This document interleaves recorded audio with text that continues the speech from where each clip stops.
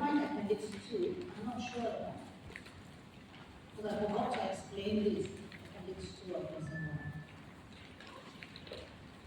1. Got? Okay. So now the 3 kinds of wisdom. I explained, I think, for the first group that happened last year, not this year. You know, we had a pre-registration before this course started that happened last November. So I explained it in the November class, but I think I didn't explain in the class here. Some people ask the purpose of the practice of meditation. Always remember that when we practice meditation, our experiences are all side effects. They are not the main thing, not the main purpose. The main purpose of our practice is to gain understanding, profound understanding of the realities of all phenomena. And this is the Dhamma. You can say this for profound understanding of the Dhamma. So Dhamma can mean many things. Dhamma doesn't just mean the teachings of the Buddha. Dhamma can mean all mental phenomena also. Depends on the context we are talking about. So Dhamma is not just teachings of the Buddha. There's a very narrow way of interpreting the word Dhamma. Anything that occurs naturally by itself is known as Dhamma also. Okay? So the purpose of our practice ultimately is to understand all phenomena. And when we say all phenomena, we can qualify that by saying all mental and physical phenomena. So all the experiences that we have, for example, when you meditate, you may feel lightness, you may feel rapture, joy, happiness. You can feel dazzling effects of lights in your mind, for example. It's not happening in open eyes because your eyes are closed. So you can have all kinds of unusual experiences. But please do not think that these unusual experiences is an indication of insight knowledge. It is not insight knowledge. By itself, it is not wisdom. Okay? So you haven't reached, you haven't fulfilled your aim of attaining insight knowledge yet.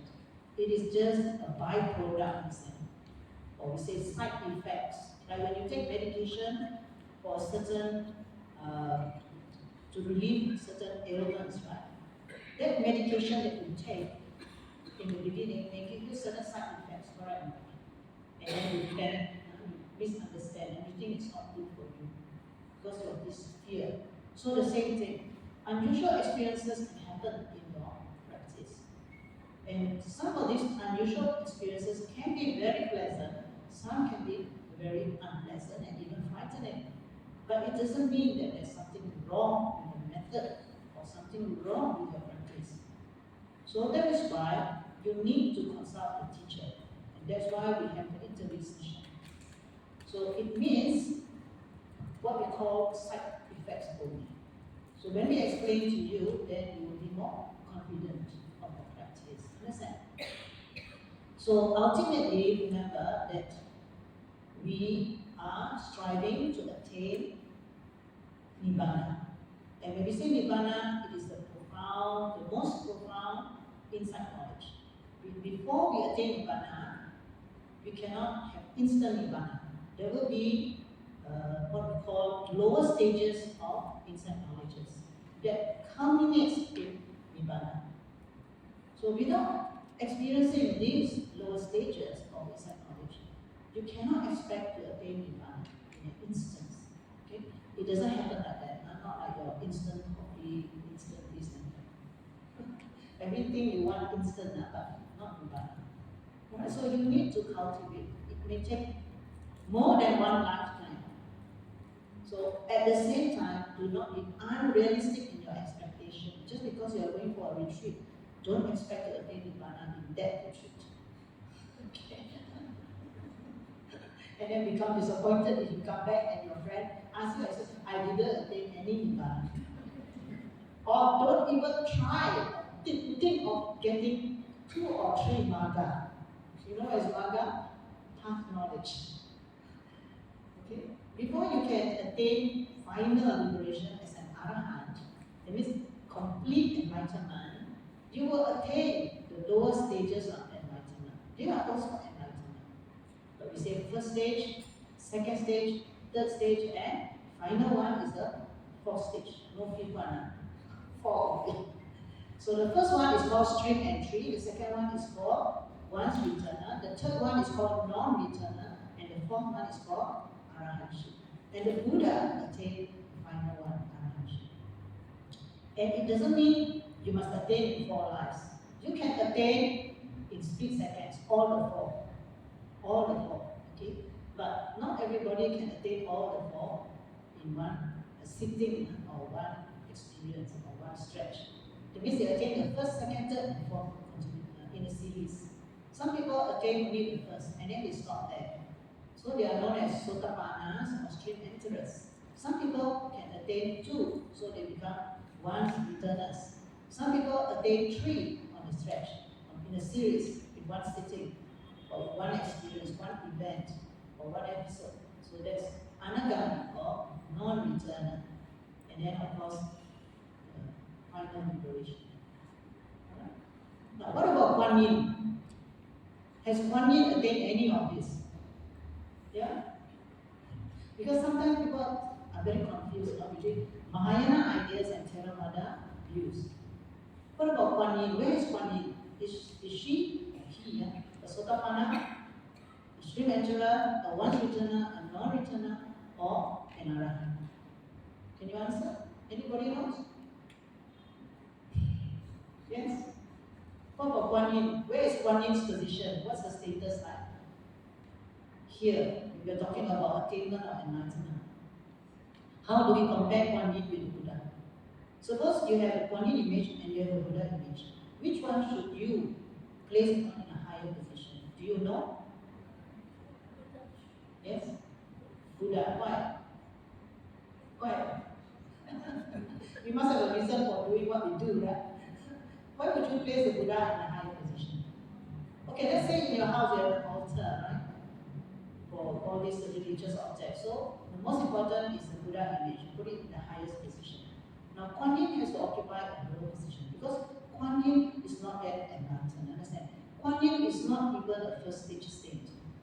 But many people do not realize that, especially Malaysian Chinese, because they don't know how they fit in, you know. So now I hope I've explained to you all. So Kuan Yin is not enlightened yet, not even the first stage. Kuan Yin is a bodhisattva. Because Kuan Yin has, in our Theravada recognition, Kuan Yin is a bodhisattva. A bodhisattva is a Buddha to be. Not yet a Buddha, but striving to become a Buddha. Are you all bodhisattva? Are you bodhisattva? If you are striving to become a Buddha, then you are bodhisattva. But not a confirmed one. You may think, one day you get up, I want to be Buddha. Another day you get up, I think it's very difficult to be a Buddha. And then you become. So this is what we mean by you are not confirmed bodhisattva. Now a bodhisattva has to be confirmed by a previous Buddha. Understand? So long as you haven't seen a Buddha who lived in the past, when you were in the past, and then you make the aspiration and the Buddha sort of confirm that you will become a Buddha one day. He will be able to see that you will become a Buddha in the future. And then he will proclaim it. It's called a prophecy.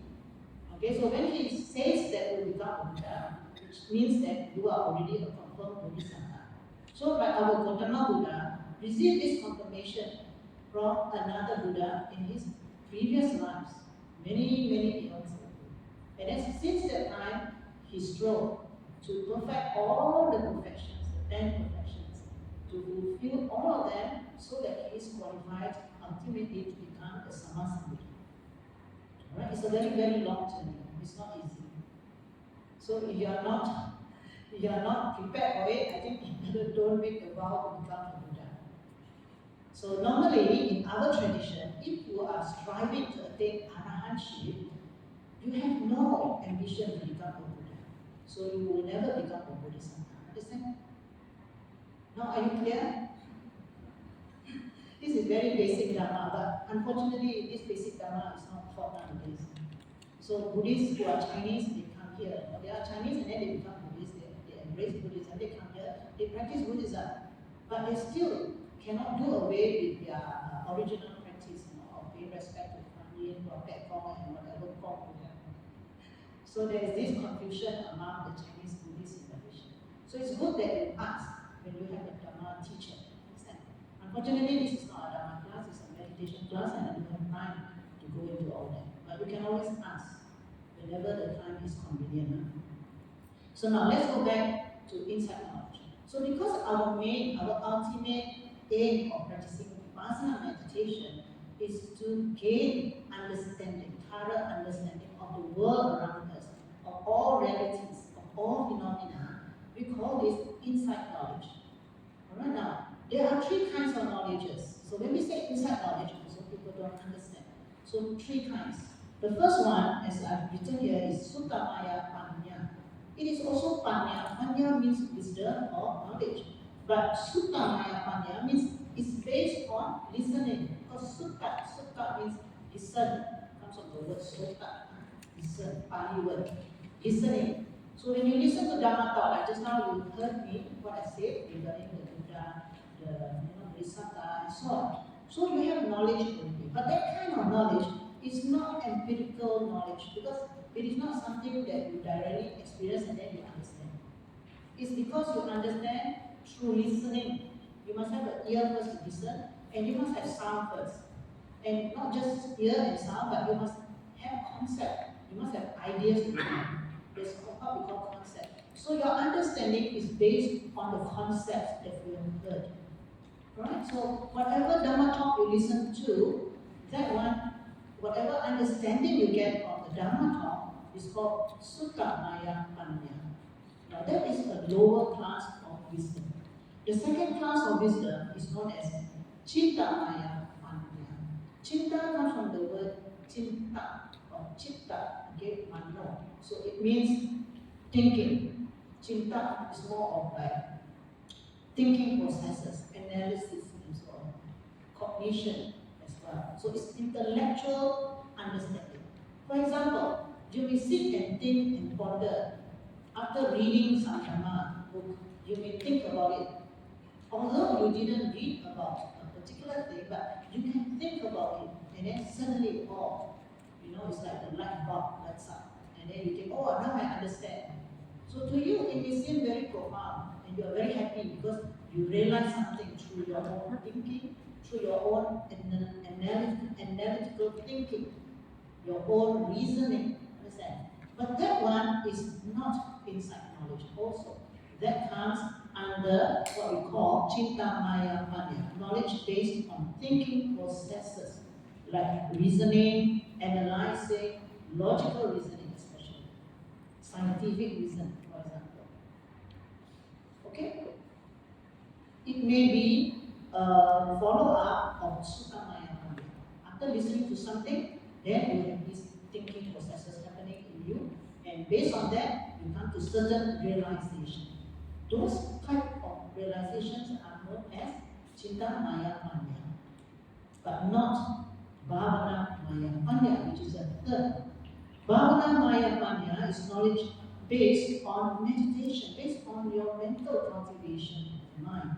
It's insight knowledge which arises from a very pure mind. At the time when you have this understanding, your mind is very pure. But you see, the first two types of knowledges, when it occurs to you, your mind may not be very pure. It may be corrupted. You may be having all kinds of sensual thoughts still, and especially deluded thoughts, not knowing reality as it is. Because you are thinking. Okay, thinking may not be in accordance with reality. So when it arises from a pure mind, when you are immersed in deep concentration, strong concentration, this is the highest kind of wisdom that is praised by the Buddha. So this is the kind of wisdom that we hope to attain when we practice meditation. So now you can understand why we say that when you are meditating, you should not try to think about the Dhamma. Just because we teach Dhamma and then you listen to Dhamma, of course we have to encourage you by preaching the Dhamma. Just like what I talked to you about Vipassana, it's Dhamma, right? Just to encourage you, to give you a better idea. But when you are sitting in meditation, you should not be thinking about all this. You should not be reflecting. You should not even think about anicca, dukkha, anatta. Because thinking is thinking. It's not direct experience. So with this sort of panya, knowledge, bhavana, maya, panya, is direct empirical knowledge. Not knowledge which is indirect, based on listening, based on thinking. It's direct knowledge. Sometimes we say direct knowledge. Sometimes we say personal knowledge. Okay, but it's very weird to say personal. Because listening also can be personal knowledge. So the first two knowledges usually cannot be carried over to the next life. After this life you die, you give it away. You forgot all about it. When you go to the next life, you start life all over again. Maybe you are born in a mother's womb, you become a human being, or in an animal's womb, you become an animal. You don't know already what is the meaning of dana, sila, bhavana. Okay, you won't remember all these things. All those that you have heard through the ear, all those that you have thought through your mind, okay, through the thinking process. So they are lost. It can only last you maybe for this life. But insight knowledge, the third one that we cultivate in our practice of Vipassana meditation, can be carried over to our future lives. So that is why when we teach meditation, not everyone will progress very fast or at the same rate. In a class, normally we have only 10% who are very good. They are very classic examples because of their past life practice. That means they might have practiced in their past lives, somewhere in their past lives, and they have already some insight knowledges in their past lives. But they have forgotten a bit. When they come to this life, because they haven't learned meditation in this life, they forgot. But the minute you teach them, they can understand very fast through their own experience, through their meditation. They have very good understanding from their own experience. Why? Because they are, not that they are gifted, not that they are more fortunate, it's not a matter of luck. Okay, it's because of harami. That's what we call harami. Past life practice that is brought forward to this life. So we won't know what is our harami until we start practicing, correct? So that is why when you go for your first retreat, you should try hard. Because you don't know what is your harami like in your past life. It may be very good, but because you never started practicing meditation, you never actually know. You didn't harness this potential in you. It's a kind of potential.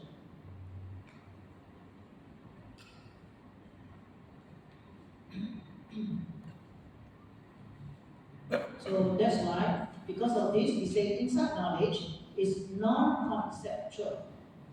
You don't need concepts for insight knowledge to arise. That's why you don't think. No matter how much you think, it's not going to help you in your practice of Vipassana meditation. You cannot get insight knowledge from thinking, from reflecting on the Dhamma. It is non-intellectual because it arises without any sort of thinking process. Thoughts are based on concepts.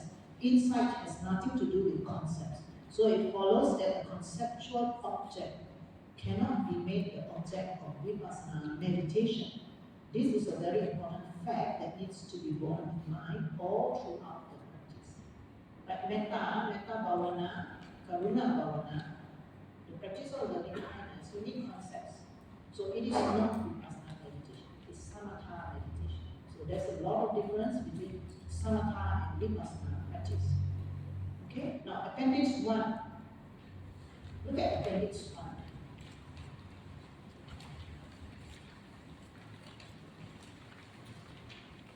Do you have it there? Just now was appendix 2, right? This is appendix 1 now. Look at appendix 1. This is a very well-known opening line of the Mahasatipatthana Sutta, which mentions clearly 7 benefits.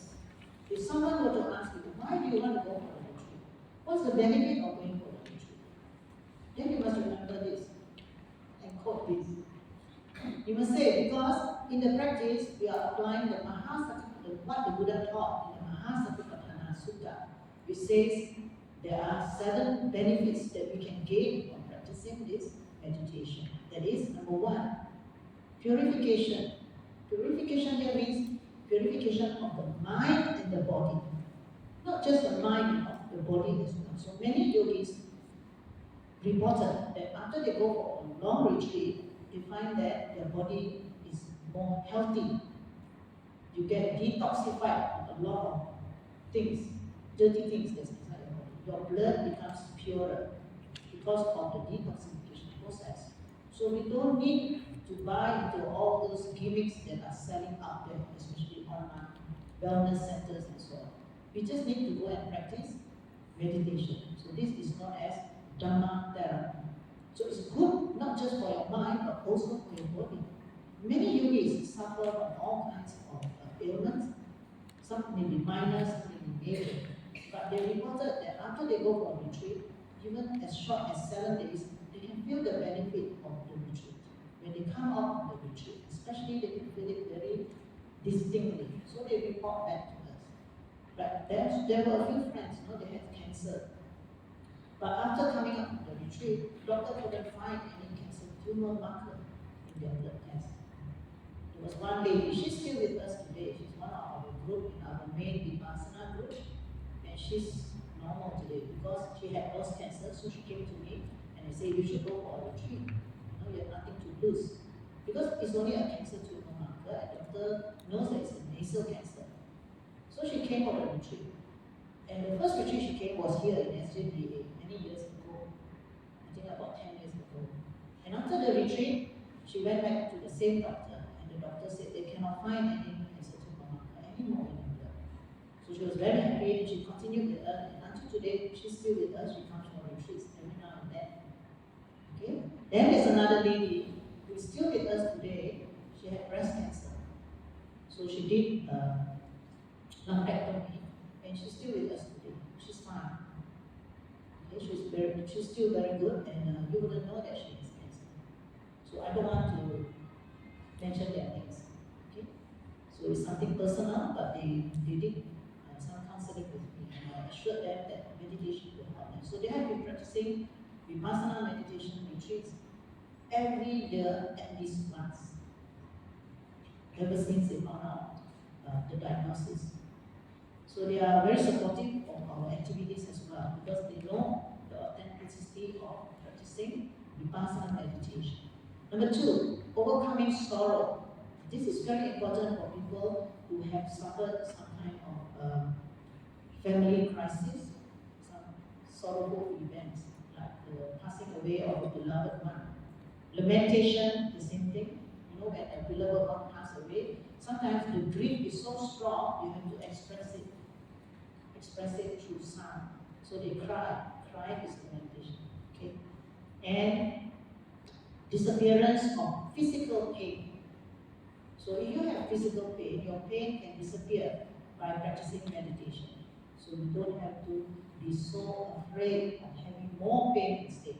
Suppose you have some physical injury, in the beginning it may present itself. But if you persevere, finally the pain messages will disappear. But you must have faith. Some initial pain is inevitable if you have some injury in your body, but that is only initial. If you have enough faith and courage, you can overcome it. As long as you are practicing with the correct method, your mindfulness will gain momentum. And then from there, those pain messages do not appear anymore. It's like as though there is an interception because of your practice of Vipassana meditation. So it has intercepted the pain messages going to your brain. So you don't feel the pain anymore. So many people have reported. For example, they go to see chiropractors, and then they are worried when they come for retreat, their pain may worsen. So I tell them, you have to try it out. So they do it. They come for the retreat, and of course, the first few days is very tough for them. So that's where your faith plays a very important part, and also your reliance on the teacher is important. You must listen to the instructions given by the teacher, and you must be honest in your reporting of your experience.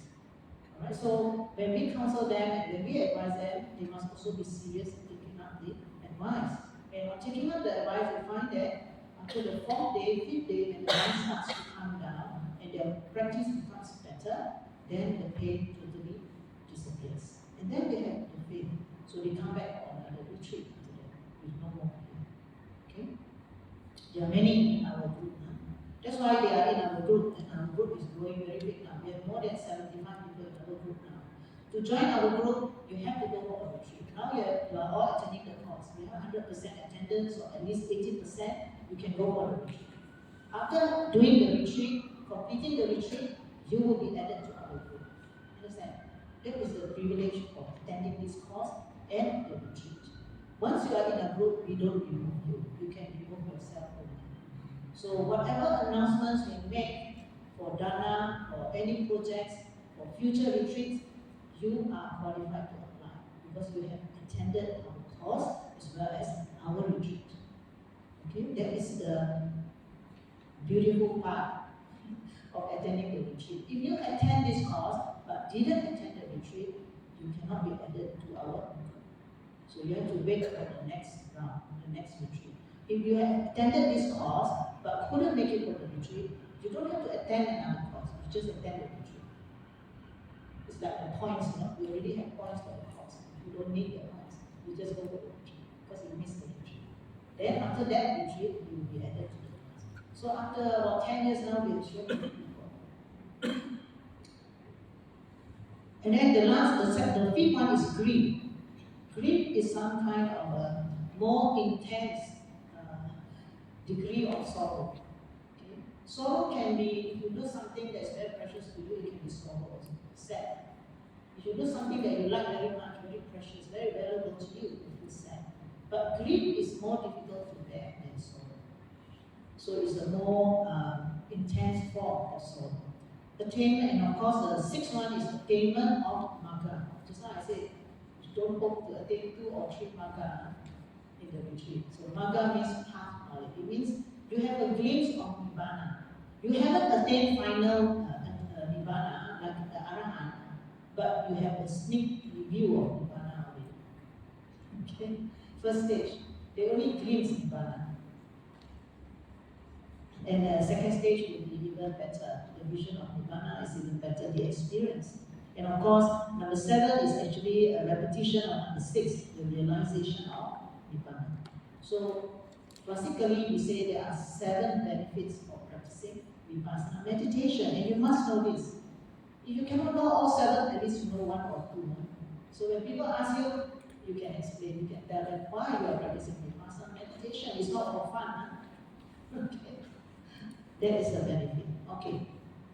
Now, today's lesson is about mindfulness of physical sensations sitting. You only have 15 minutes to complete this. So again, I need you to read up. Now, physical sensations occur in us all the time. Now you're sitting, I'm sure you feel some discomfort, some pain, some aches here and there. Alright? Mostly in the leg, but it can happen also in any part of the body. Why does it happen? It's because there is contact. Because we are born with a body. You don't want pain, then give up this body. Very easy. Because we are born with a body, we have no choice. We have to accept the pain. Because our body is always in contact. For example, now you are sitting, your body is in contact with the cushion, it's in contact with the floor. Right? And inside your body, there are bones. So everything is in contact with each other, all your organs. So that's why we feel pain.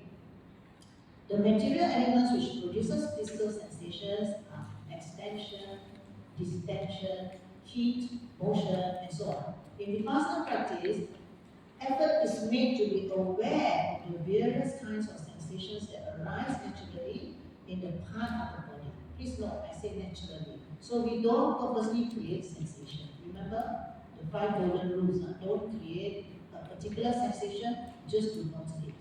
This is a wrong practice of Vipassana. They may do that in Samatha, but not in Vipassana. So it must be a naturally occurring sensation. And then you pay attention to it moment to moment. If it is very strong. If it is not strong, then you can ignore it. So we go to the strongest sensation. Now this happens when there is no rising falling. So today's lesson is especially meant more for those of you who have been practicing at home or in a retreat, and you find that your rising falling is getting more and more subtle. So if that is so, you should not try to make it clearer. Purposely try. Okay, don't do that because I said last week you must not do anything to the object. But you know that the rising falling is not as clear as previously. Maybe 3 weeks ago it was very clear, but now it seems to be getting more and more faint, more and more subtle, appears as if it's going further and further away, or it's enclosed in something and you can't see it very clearly. So in that case, you have to replace this object with another primary object. So we call this sensations, or what we say in simple terms, sitting, touching. Okay? So today's lesson is on the second type of primary object that's called sitting, touching.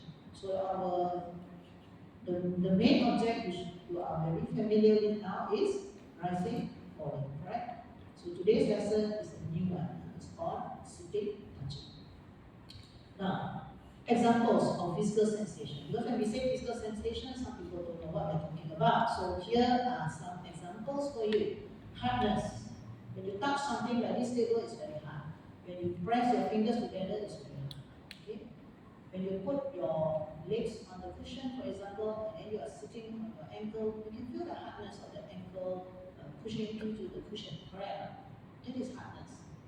Now, sometimes, even though there's nothing, you're not eating anything, there's nothing in your mouth, but you can feel the hardness of your teeth. So this can become very, very prominent in your practice for no reason. It's natural. Okay, we say hardness can be perceived anytime, so long as you have this body. The hardness of your bones is very obvious when you're sitting. You know your sit bones, you know what is the meaning of sit bones? Your buttocks. Okay? Roughness. So when we have hardness, we also have softness, right? Because they are relative. Hardness and softness are the same thing. It's just a matter of relativity. When something is not so hard, it's soft, correct? So hardness and softness is covered already. When we say hardness, we also mean softness. Then roughness or smoothness. Something is rough or something is smooth. So when you walk on the floor, sometimes you find that it's very smooth. Other times you may find that it's very rough. For example, for one leg, it may seem to be very smooth. When you go back, the next leg, it seems to be very rough. Okay, so they can change. Don't expect them to be always the same because of anicca, impermanence. Those are examples of the earth element. Manifestations of earth element, or we say the characteristics of the earth element. The second one are the characteristics of the wind element. So we have vibration, motion, pulsation, heaviness, lightness, pressure, stiffness, tingling, throbbing, pushing, supporting, tightness. All these are manifestations of wind element, which is very, very common because we are focusing on rising falling. Okay? The third one is the element of heat or manifestation of the fire element.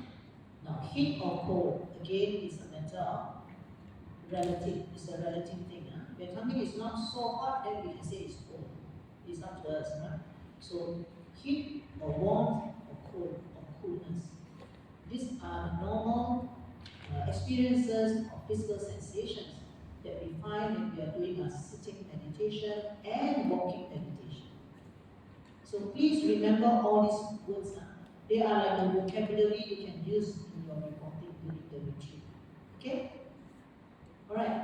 I mean, if it doesn't occur to you, then you better read first. Oh yeah, I also experience pushing, supporting, tightness, and so on. But don't imagine that. You can use these expressions when you are reporting if it really happened during your practice. The yogi should not be concerned with the cause of the physical sensation. Now, this is very natural. Sometimes when you experience a lot of heat coming out from your body or in your body, then the yogi starts starts to think, oh, am I getting sick? Why am I feeling so hot? Or sometimes you can be in an aircon room, yet you are feeling very warm. Maybe go and put the aircon even further cooler. And then some other yogi may start shivering. So you are not allowed to simply just go and turn on and on. Okay? So instead of doing all these things, which we say reactions, don't react to these physical sensations. You should be noting them. Remember? Don't react. When you feel warm, doesn't mean that the aircon is not good enough. You just need to know warm. And while noting, you find that suddenly it becomes very cold without doing anything, which shows that it is not something external to you, it's something that's happening in your body, your own body. That is why you should not, instead of reacting to it, by trying to adjust the environment outside. So do not be concerned with the cause of the physical sensation. Another example is a yogi. She experiences pain in her stomach because she's noting rising body. And she said, I think I'm going to get gastric. This is imagination. So before you think of such thoughts, you should know tension, pain, discomfort. Whatever comes to you, whatever occurs, whatever you perceive, note it as it is. Then you won't think about, oh, what's happening? I'm getting sick, my stomach is rumbling, am I hungry, what am I going to do? And then all the thinking will start coming in. And this is no more meditation. Finished. Okay? The ordinary person usually perceives four primary elements as a composite whole. For example, when there's some tension or some numbness in your leg, then you will say, oh, my leg is very painful. This is instinctive conditioning right from daily life. So as a yogi, as a meditator, don't think like that. When there's some sensation in your leg, you must not think about your leg. You must just go to that sensation and just note that sensation without thinking about your leg. Okay? That means you know the sensation. Oh, heavy. Then while noting heavy, it changes, it becomes hard. Then you note hard.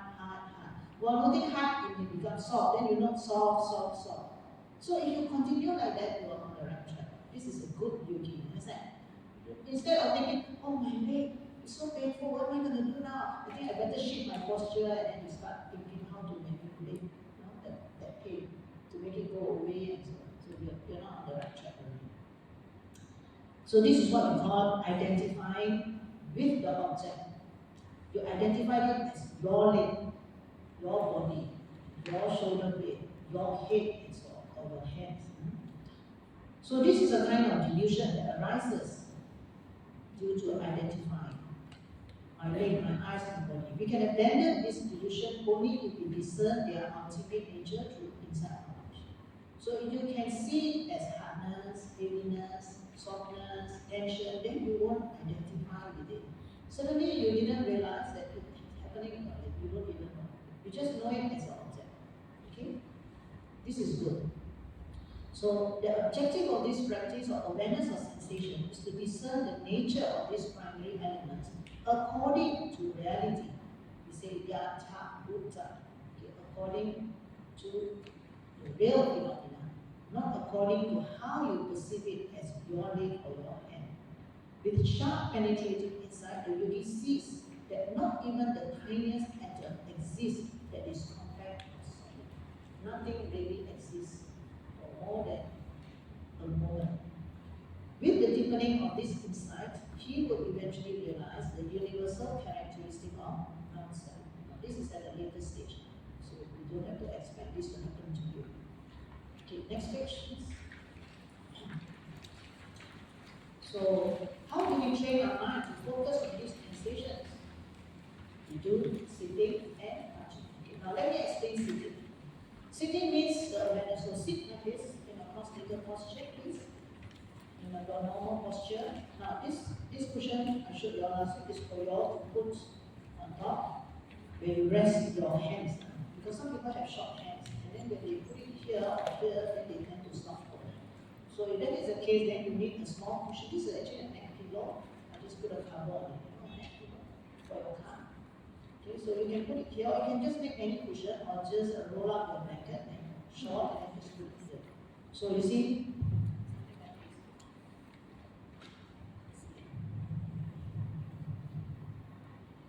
this. See, so my hand is resting here, very nice. If I don't put this, and then very difficult, then I go like this. Because my hands are, I think my hands are very short. I wish my hands were long. So I adjust. So if you have blanket, you many